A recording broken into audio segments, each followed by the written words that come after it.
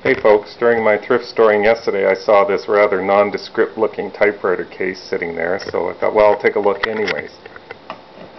Anyways, when I opened it up and saw the cord, and saw the word Smith Corona Electric, boy, that was something, because I've never seen a portable electric typewriter this old before. So of course I had to buy it. I think I paid about $5 for it. Brought it home, plugged it in, it works. Did some Googling on it and found out it's called a Smith Corona Model 5TE, and it came out in 1957. This was the first portable electric typewriter on the market. Anyways, I'll let you hear it. Plug it in. The on-off switch is here. Off.